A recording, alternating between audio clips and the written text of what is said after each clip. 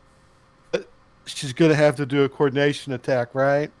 Yes, it's coordination For to the hit him. blast. Oh, for Probably God's sake, misses. please miss. Why do you And only miss? she'll look at Wolfwitch, and Wolfwitch's real name is Mary, right? That's by Wendy. Wendy. And she'll look over to Wolfwitch and go, Wendy, you don't look a day over 300. I'd be concerned if I did. You know what I can do? Still wearing the chip. Guns! Do what? Oh, breathe one. Still wearing the chupacabra, I see.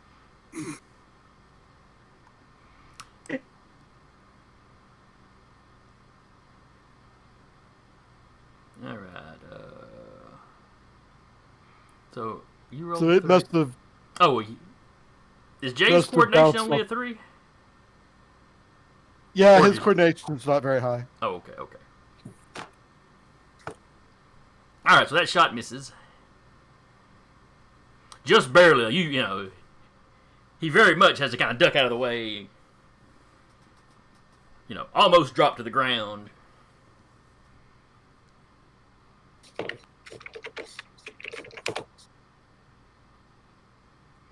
He kind of straightens up. Does he have any occult?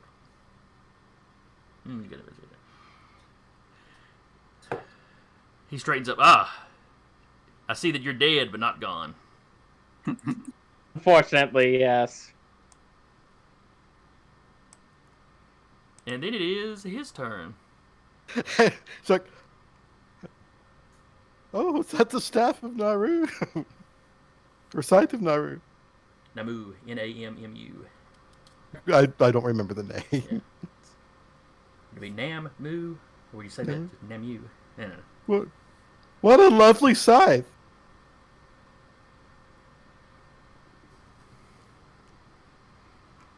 It is excellent workmanship, and then he points it at you and fires. So coordination versus coordination. Super slow. Yup.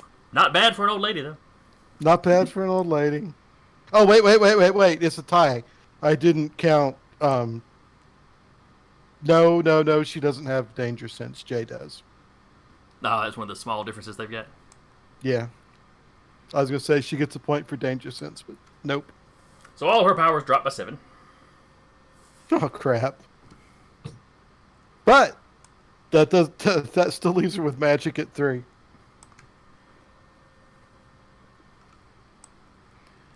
Now, they've been talking about bugging out of the building. Does she head for the door? Yeah.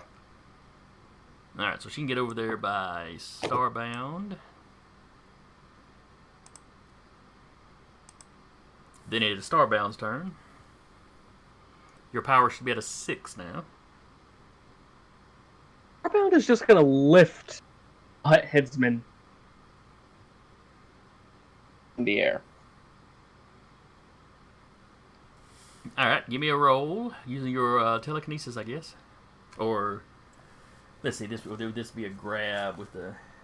No, it's grabbing something out of somebody's hand.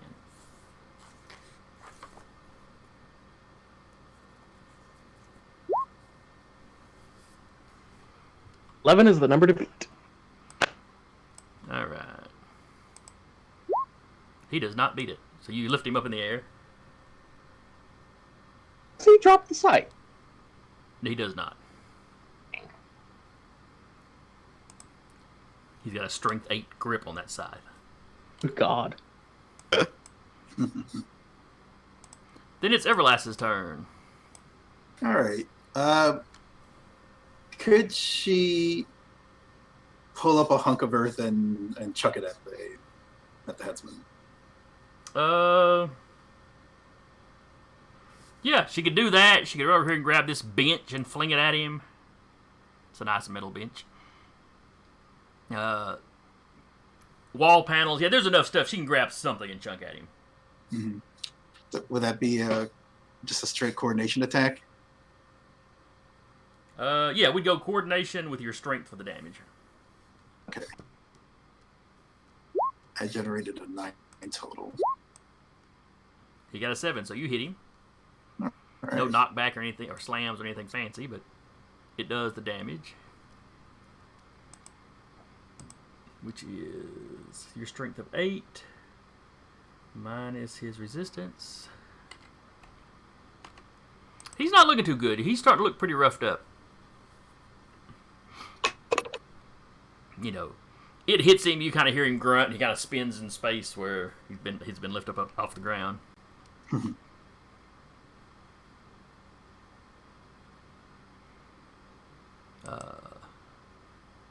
Then it is Umudan's turn.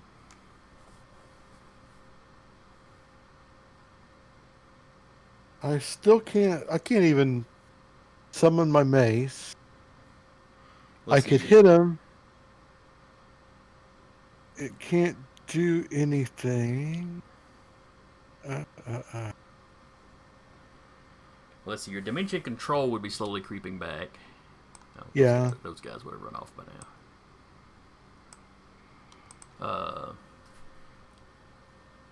Not enough to make a difference. I think he'll still be freaked out, trying to think of something to do.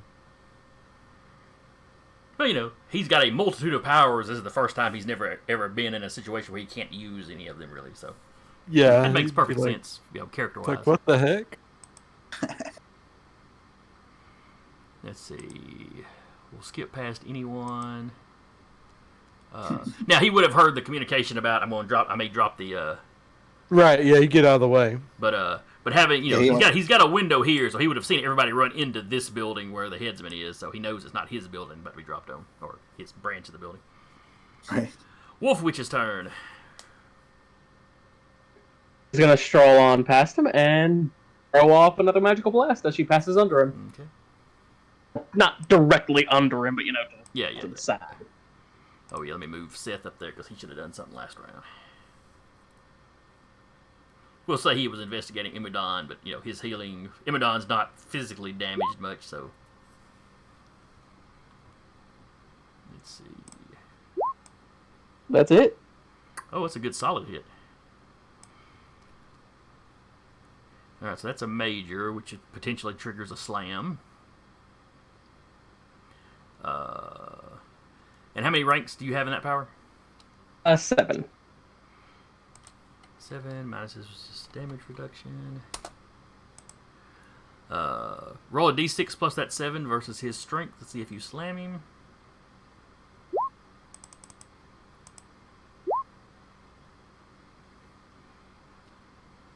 Oh damn.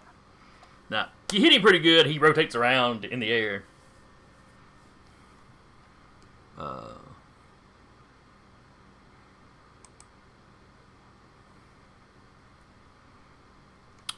Then you hear J303. I've got the plane incoming. Y'all are out, right? It's about 5 more seconds. 5 more seconds. Planes don't have brakes.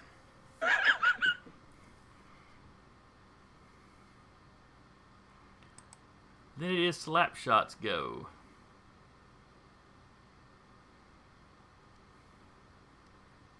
Oh, when Everlast chunked the bench, did she move towards the door like everybody else was? Sure. Okay. I just noticed we hadn't moved the pog. And you can all hear the plane. Where J303 had clearly had it fly out and gaining altitude and speed and coming back in.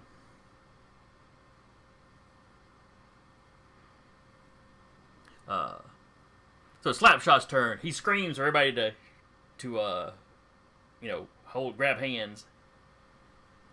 And since he managed not to burn his power out with his first use last time, basically you all phase out. I mean, you're still standing there, but you're phased insubstantial as this plane comes crashing through the roof and plowing into the headsman.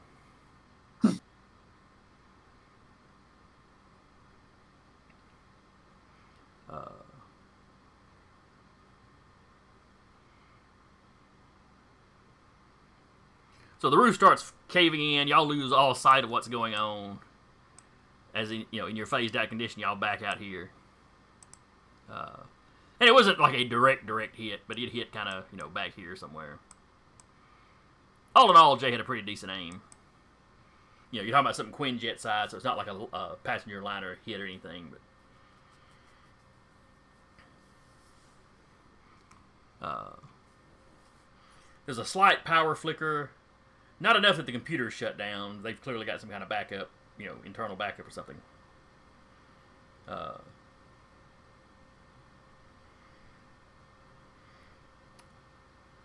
But from the sound and the way some of the roof and some of the building kind of sinks in, you're pretty sure it beat its way all the way down into the lower level.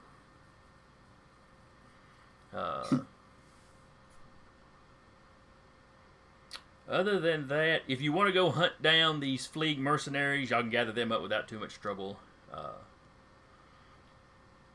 After a minute or so passes, everybody that had their powers nullified, they come back.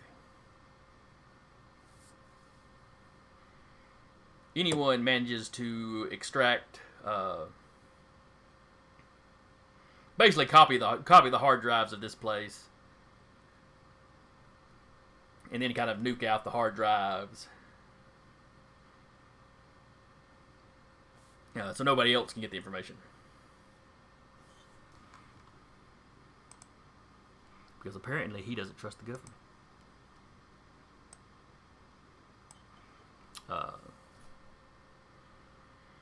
Once y'all give him the all clear, the spear vehicle comes back and lands, and it had several regular agents. So they begin, I guess you would say, arresting the mercenaries. Yeah, that's right, because Tolliver was getting clearance from the Brazilian government to go in. The clearance is kind of retroactive, as y'all were probably, already in there, but they'll just fiddle with the time on their reports. It'll be all right. So, what about? I know he crashed the plane into the Headsman. Did we find the Headsman, or?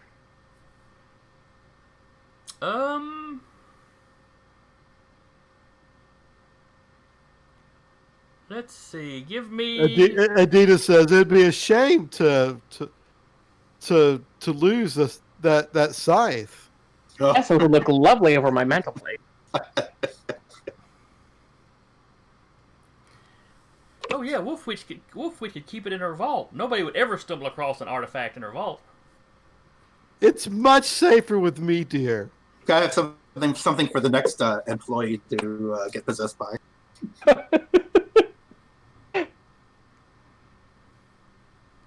Nothing is safe with you at deep.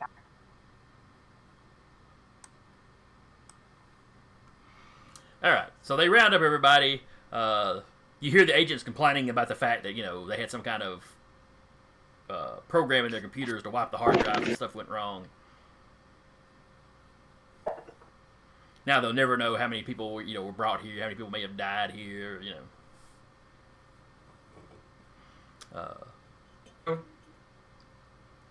Let's see. As far who would be searching for the Headsman? Wolfwitch would. And Adita would be too. And I imagine Starbound will pitch in to help clear rubble. Okay. Well, he's basically moving junk out of the way. So we'll let Wolfwitch and Adita give me. Let me pull up a sheet so I can remember what. It'd be awareness, and if you had a specialty that you think would come into, searching rubble or finding stuff. Doubt a cult would play into that, but yeah. Oh, come on, really? Sorry.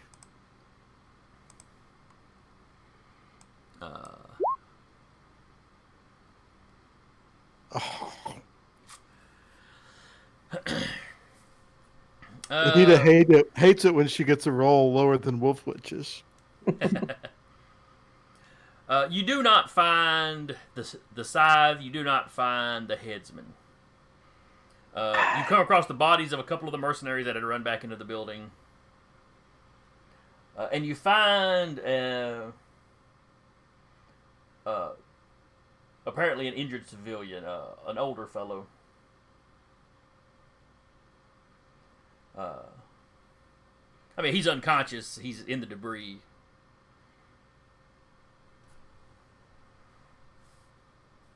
You don't know if he was somebody else working here, if he may have been a victim brought here. The facility is wrecked enough that you can't really tell what this area was underneath. You know, maybe it was a cell. Yeah, like I said, he's older. He's got some broken bones, but he's still clearly alive. So, Is he awake? no, he is unconscious. Starbound be able to probe his mind. He's unconscious. That involves going into like your surface thoughts. At least at the lower levels. Let me see. Telepathy. It's like a song.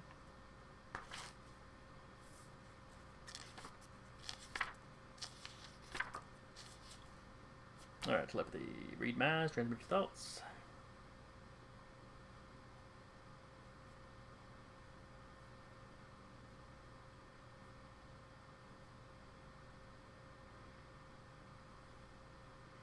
Let's see.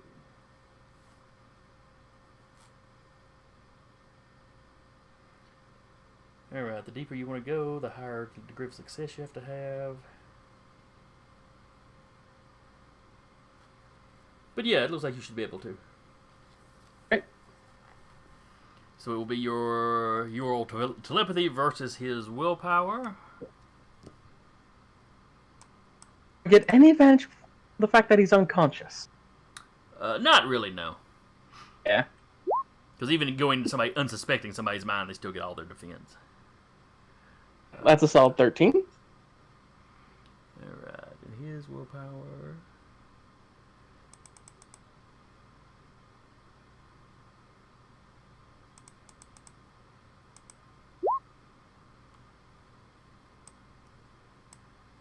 Alright, so he got a 10.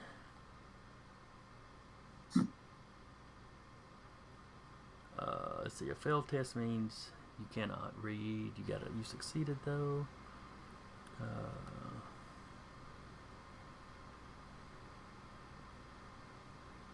Reading particularly deep, forgotten, or long ago memories require higher degrees of success. And 10, 11, 20. Alright, so you got a moderate. So you don't get like his childhood traumas, but you get past the surface thought level. Because he's unconscious. His surface thoughts are just dream. Well, this is more of a coma than a sleep, so. Yeah, his surface thoughts are kind of blank at the moment. When you get a little bit below that, though,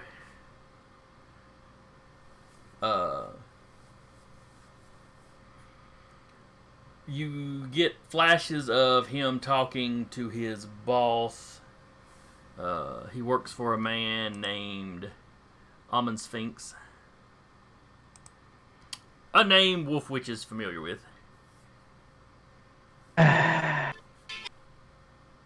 So this is clearly somebody that was working here.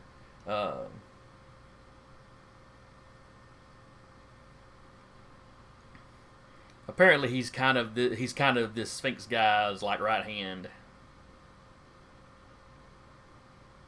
We found the headsman. But where is this? Oh. It got destroyed, or it's lost in the rubble, or it got teleported somewhere else. Or he can store it. The question is, do I turn into a wolf now and rip out his throat? Or wake him up and drag more answers out of him, then rip out his throat? There's a lot of government agent types around right now. Just keep that in mind. They couldn't stop you, but there could be repercussions. Yeah. have no idea. Adina will lean over your shoulder. Although they have no authority in this country. I live in the country they have authority of. Adidas just trying to help. Just trying to help, that's right. I think murder is one of those things that crosses international borders, unfortunately. At that point, one of the agents has overheard just enough that he's like, yeah, murder'd be something we'd come after you for once you got back home. We're just gonna take this guy. If you think he was working here, we'll make sure he's properly detained and stuff. But he clearly needs medical attention. Could just leave him here to bleed out. He gives you this super judgmental look. No, I could not do that. And, calls over the stretcher and starts loading him. I would just let him know he's who he is, and that he's extremely dangerous. They'll make sure he's sedated and strapped in before they leave him anywhere. But given the level of damage he suffered, it doesn't look like he's going to be waking up anytime soon.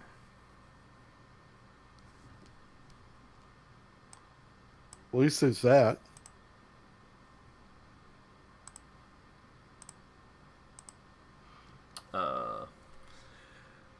So Spear spends the next few days cleaning up around this place.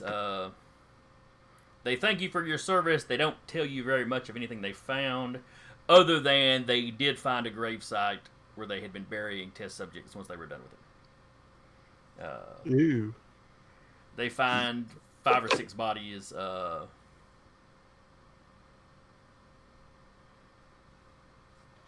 of them are eventually identified as various kidnapped victims from around the, really kind of around the world.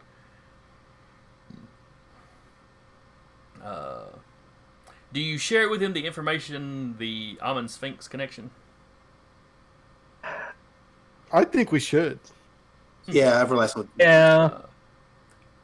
They make a note of it. You don't have a lot of hard evidence to back it up, because the sites that you've attacked prior, he's had a chance to clean those up. And I'm not sure that you would tell him, oh yeah, we went to Arizona and burned a house down.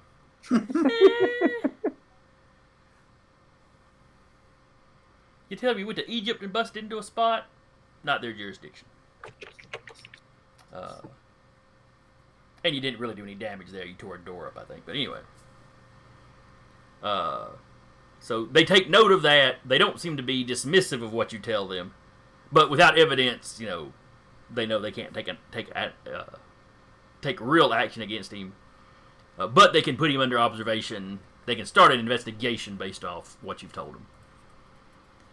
And while they don't figure that would stop somebody like that, it's at least a speed bump in their way when they're wanting to do something. Of course, they give you a ride back to the U.S. Any of your characters, and at some point in the flight, Adita probably nods off, at which point Jay takes it back over. Did you ever decide if he was unconscious while his grandmother was in control? Yeah, I mean, he doesn't really. He's aware she's been there. He's not really aware of what she's been doing. Okay.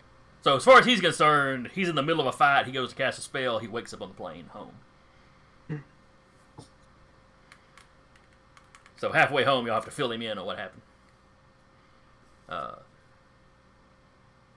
Those of you, the Misfits get returned to Lafayette without any trouble. The Haunted, if you wanted to teleport, they could drop you off at Lafayette, or they'll fly you back to wherever it was we decided y'all were from. Boston? I don't think we've decided yet. Okay. Miscellaneous Eastern town.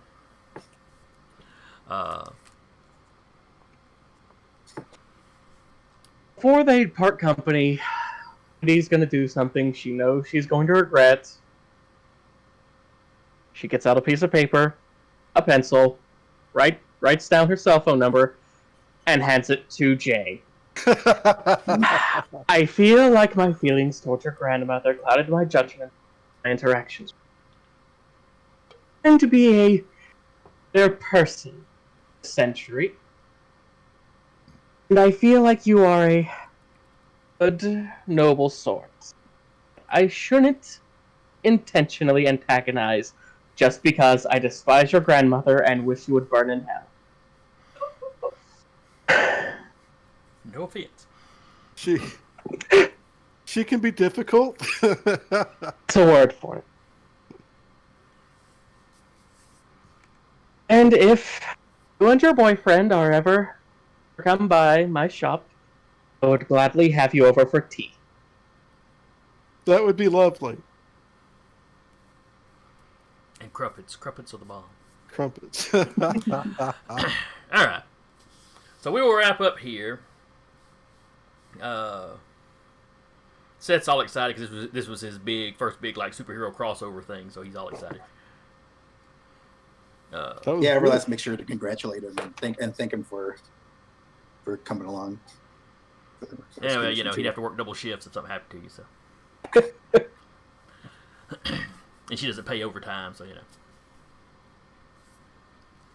All right, so that will wrap us up here. We run super late, but we wanted to get this storyline finished. Yeah, for a good cause. We were having fun. So if any of y'all are watching at home or listening to this later in podcast format, I hope you enjoyed it. I hope you'll tune in next time. I certainly enjoyed running it. I hope my players enjoyed playing it. Which I think Was a blast. Some of y'all already said so, but formalities. And we'll go ahead and get off of here. So we will talk to y'all next time.